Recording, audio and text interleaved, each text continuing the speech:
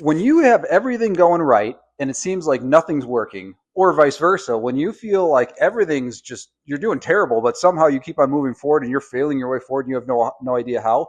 I read something that might give a little bit of explanation that helped both set my mind free, but also made me feel like, man, what the heck? So there's two analogies here. I read this book called The Survivor's Bias, and in a nutshell, it talks about how we can learn a lot of things from people who didn't make it to the top. Example one is in World War II, they were trying to put this mass study together to help the pilots come back safer. And so they studied the planes that were making it back and they saw all these bullet holes in the wings.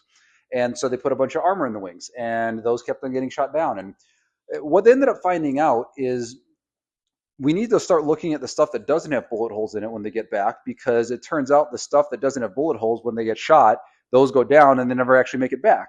And so once they started studying the downed pilots, that's when they started to be able to make armor for the stuff that was actually vulnerable in the air flight.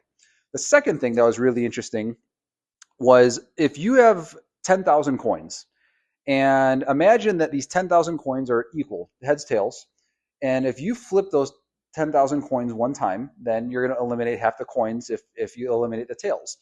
You keep on going and you keep on going, you keep on flipping, and eventually there's going to be one coin statistically that is going to flip heads 13 times in a row.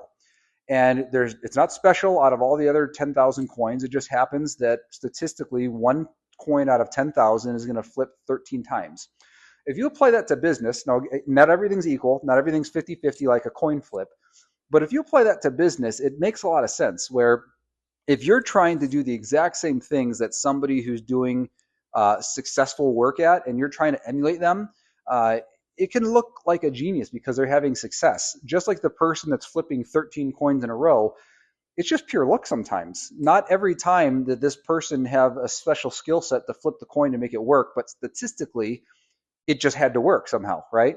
And so the question starts to become, okay, there's freedom in not having to do absolutely everything exactly what the person's doing that's flipping the coin. I have my own ability to create my own flair. I don't have to exactly emulate it, because a lot of times people who didn't survive are doing the same things that the successful people are doing. It's just statistically they're not going to make it. So that's part one, is there isn't a little bit more freedom where I don't always have to be an exact match to do what they're doing. But also the second thing that really stood out to me is, I forgot, hold on.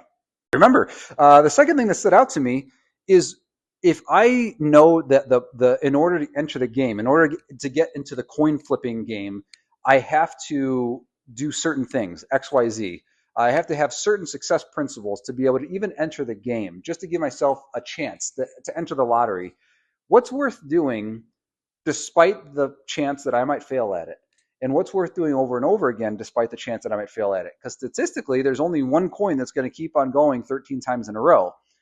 But what if I keep on flipping my coin and I don't just get eliminated at the first rejection or the first no?